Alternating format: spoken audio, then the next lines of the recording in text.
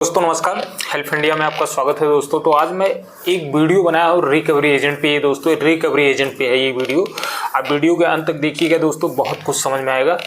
और वीडियो में recovery agent से कैसे बात करना है, क्या करना है, क्या मांगना है, तो पूरा डिटेल में बताया हूँ रिकवरी एजेंट से। और दोस्तों अगर आपके पास पैसे हैं, मैंने हर वीडियो में बोल रखा है कि अगर आपके पास पैसे हैं तो इनका पैसा वापस कर दीजिए। अगर नहीं है तो उस कंडीशन में कुछ हो सकता है, अगर हैं तो इनका पैसा वापस कर दीजिए।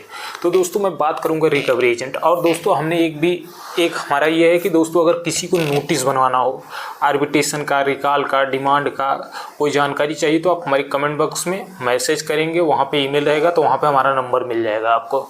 तो आप हमसे बात भी कर सकते हैं। और कोई नोटिस बनवाना हो तो आपका नोटिस बन जाएगा। तो दोस्तों मैं बात करूंगा रिकवरी एजेंट पे। रिकवरी एजेंट पे क्या ये रोज़ घर पे आ सकते हैं आपके? क्या ये रोज़ आपके घर पे आ सकते हैं? क्या बैंक को ये अधिकार है? अगर पैसे हैं तो इनका पैसा दे दीजिए, अगर नहीं है तो उस कंडीशन में कुछ हो सकता है। रिकवरी एजेंट के बारे में बात कर रहा हूँ, डरना नहीं है आपको। ये रिकवरी एजेंट के बारे में बात कर रहा हूँ। सबसे पहले क्या बैंक को NBFC कंपनी क्या आपके रिकवरी के लिए रोज़ घर भेज सकती है या नहीं? जवाब दीजिए। नहीं है तो नहीं दीजिए, अगर हाँ है तो जवाब दीजिए हाँ है। तो दोस्तों इनका जवाब है कि हाँ, लेकिन RBI की एक मास्टर गाइडलाइन भी है।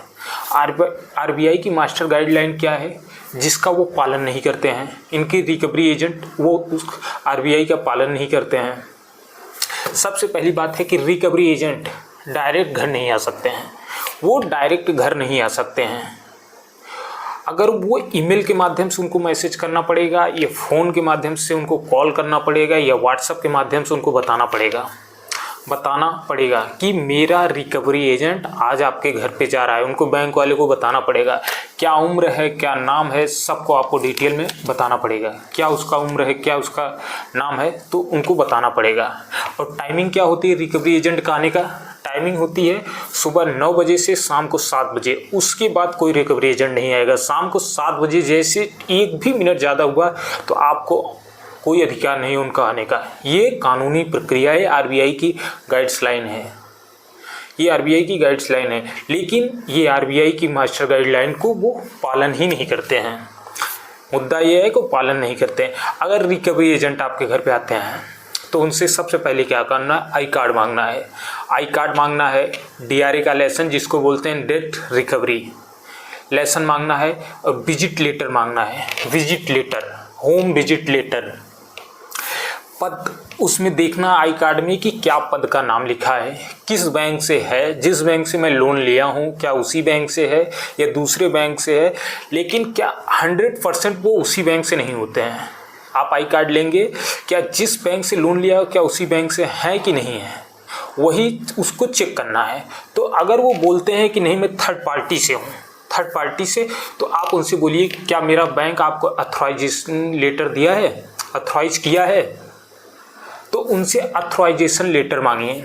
अगर है तो बात करिए, नहीं है तो उनसे बात नहीं करना है। अगर आई कार्ड है तो विजिट लेटर होना ही चाहिए। अगर आई कार्ड है तो उनके पास विजिट लेटर भी होना ही चाहिए। अगर नहीं है विजिट लेटर तो उनसे बात नहीं करना है आपको, उनसे बात नहीं करना है आपको। और DRA का लेसन किसको मिलता है पता है? DRA का लेसन डेट रिकवरी, वो 50 घंटे की ट्रेनिंग होती है। अब BA पास होना चाहिए। BA पास होने के बाद 50 घंटे की ट्रेनिंग होती है। ट्रेनिंग के बाद उनको मिलता है। और लेकिन ये RBI की गाइड्सलाइन पालन नहीं करते हैं।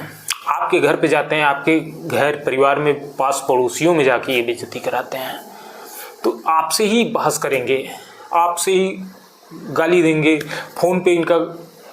फ़ोन करके गाली देंगे, आपसे बदतमीजी करेंगे। तो इसीलिए इसको वीडियो बनाना पड़ा दोस्तों। तो रिकवरी एजेंट का क्या आपका क्या अधिकार है? ऐसा नहीं है कि आप लोन ले लिए हैं तो कोई क्राइम कर दिए हैं, ये क्राइम की श्रेणी में नहीं आता है। आपको डरना नहीं है, घबराना नहीं है।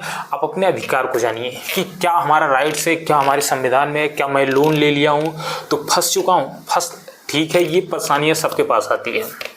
लोन ले लिए, नहीं दे पा रहे हैं, डिफ़ॉल्ट हो गया है, तो आप अपने अधिकार को जानिए। आप पेपर वर्क से मजबूत रहिए, कानूनी प्रक्रिया से मजबूत रहिए। आप अपने पैसा नहीं है तो एक प्रायर नोटिस डाल दीजिए, बैंक के पास एक प्रायर नोटिस डाल दीजिए कि हमारे पास पैसा नहीं है। अगर आपको प्रायर नोटिस नहीं मिल पा रहा है कहीं भी, अगर आर्बिट्रेशन का, रिकॉल का, डिमांड का कहीं नोटिस भी लिखवाना हो या लेटर को लिखवाना हो या प्रायर नोटिस लेना है तो आप हमारे ईमेल डेस्क बॉक्स में मैसेज करेंगे तो वहाँ ईमेल है, ईमेल पे आप करेंगे तो वहाँ पे आपको नंबर मिल जाएगा और नंबर मिल जाएगा, आप हमारे व्हाट्सएप पे मैसेज करके आप बनवा सकते हैं और कोई चार्जेस वगैरह नहीं है यहाँ पे। ठीक, उसके बाद हम बात करेंगे, ये 50 घंटे की ट्रेनिंग होती है। 50 घंटे की ट्रेनिंग के बाद इन्हें लाइसेंस दिया जाता है, तब ये रिकवरी करने आ सकते हैं। अगर है तो बात करिए, नहीं है तो आपको बात नहीं करना है, क्योंकि DRA का लाइसेंस होना बहुत ही ज़रूरी होता है। डायरेक्ट रिकवरी तभी तो रिकवरी करेंगे, उनको ट्रेनिंग होगी 50 घंटा, उनको नॉलेज होगी तभी तो जान पाएंगे। अगर बोलते हैं कि मैं उस बैंक से नहीं हूँ तो बोलिए कि थर्ड पार्टी को हूँ, तो उनको बोलिए क्या ऑथराइजेशन लेटर है आपके पास है, ऑथराइजेशन लेटर है तो उनसे बात करिए, नहीं तो नहीं करना है आपको। सबसे पहला काम है कि रिकवरी एजेंट आते हैं, अगर ज़्यादा परेशान करते हैं, अगल बगल पास पड़ोसी रिश्तेदार या कहीं भी कॉल करते हैं तो आप सीधा 112 नंबर पे कॉल करिए। 112 नंबर पे कॉल करिए, पुलिस बुलाइए। गलत तरीके से ये रिकवरी नहीं कर सकते हैं। होता है इनका रिकवरी काम ही होता है, लेकिन ये गलत तरीके से नहीं कर सकते हैं। इन जो RBI के गाइड्सलाइन है उस तरीके से कर सकते हैं, कानूनी प्रक्रिया से। ये नहीं कि गलत तरीके से किसी के साथ बदतमीजी करके रिकवरी करें, तो ये नहीं हो सकता है। अगर इनके पास भी DRA का लाइसेंस नहीं है, ऑथराइजेशन लेटर नहीं है, तो क्यों बात करेंगे। आप इनको घर से बाहर निकालिए। पहली बात तो उनको घर में आने का अंदर तो सवाल ही नहीं उठता। ये बाहर से ही बात कर सकते हैं, घर के अंदर नहीं। और तो अगर नहीं मानते हैं तुरंत पुलिस बुलाइए। अगर पुलिस भी नहीं सुनती है तो आप ASP साहब से इनका शिकायत कर सकते हैं थाने में जाके कि सर नहीं हो रहा है, अगर इनके खिलाफ नहीं हो रहा है FIR। तो अब बात करूंगा, जो दिन भर में 100 कॉल आता है, दिन भर में 100 कॉल आता है, क्या 100 50 कॉल आ रहा है, क्या कॉल उठाना संभव है। ये कॉल इसलिए करते हैं कि मेंटली डिस्टर्ब करने के लिए आपको, ताकि आप मेंटली पागल हो जाएं। क्योंकि 2 4 5 कॉल 10 कॉल 15 कॉल होता है तो संभव होता है कि हाँ उठ जाएगा दिन भर में, लेकिन ये 50 100 कॉल कर रहे हैं तो आपको मेंटली हरास करने के लिए कर रहे हैं। तो आपको डरना नहीं है इनसे। आप अपने अधिकार को जानिए, अपने राइट्स को जानिए।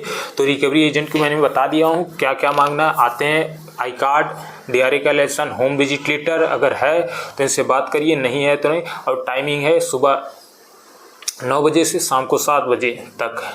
और सीधा इनको DRA आई कार्ड अगर है तो उसमें होम विजिट लेटर होना ही चाहिए। और उसमें आई कार्ड में आप देखिए पद का नाम, अगर बैंक किस बैंक से हैं तो बैंक, अगर आपके जिस बैंक से लोन लिए हैं क्या उसी बैंक से है या दूसरे बैंक से है। अगर है तो उनसे बात करिए, नहीं है तो बात करने की कोई ज़रूरत नहीं है। और 50 कॉल नहीं उठ पा रहा है तो डरिए नहीं, ये कोई संभव नहीं है। ये आपकी मोबाइल है, आपका फ़ोन है, ये आपके अधिकार है कि मैं क्या कर सकता हूँ, मैं कॉल उठा सकता हूँ तो उठाइए, नहीं हो सकता है तो कोई ज़रूरत नहीं है। ठीक। और मैंने अपने हर वीडियो में बोल रखा है दोस्तों, अगर आपके पास पैसे हैं तो इनका पैसा वापस कर दीजिए, इनसे जंजाल छुड़ा लीजिए, इनसे अपना जाल छुड़ा। अगर नहीं है तो उस कंडीशन में कुछ हो सकता है, अगर है तो इनका पैसा वापस कर दीजिए। और नोटिस कौन सी आएगी? नोटिस 3 आती है, एक डिमांड की आएगी, लीगल आएगी, आर्बिट्रेशन की आएगी। नोटिस देने के बाद ही आप एलिजिबल होते हैं सेटलमेंट के लिए। आपको ये प्रक्रिया 6 7 8 महीने तक चलेगी। आपको नोटिस का जवाब देना बहुत ज़रूरी होता है। अगर किसी को नोटिस का जवाब देना हो या आर्बिट्रेशन का, रिकॉल का, डिमांड का, तो आप हमारे कमेंट बॉक्स में आप हमसे बनवा सकते हैं। उसके बाद कोई अगर प्रायर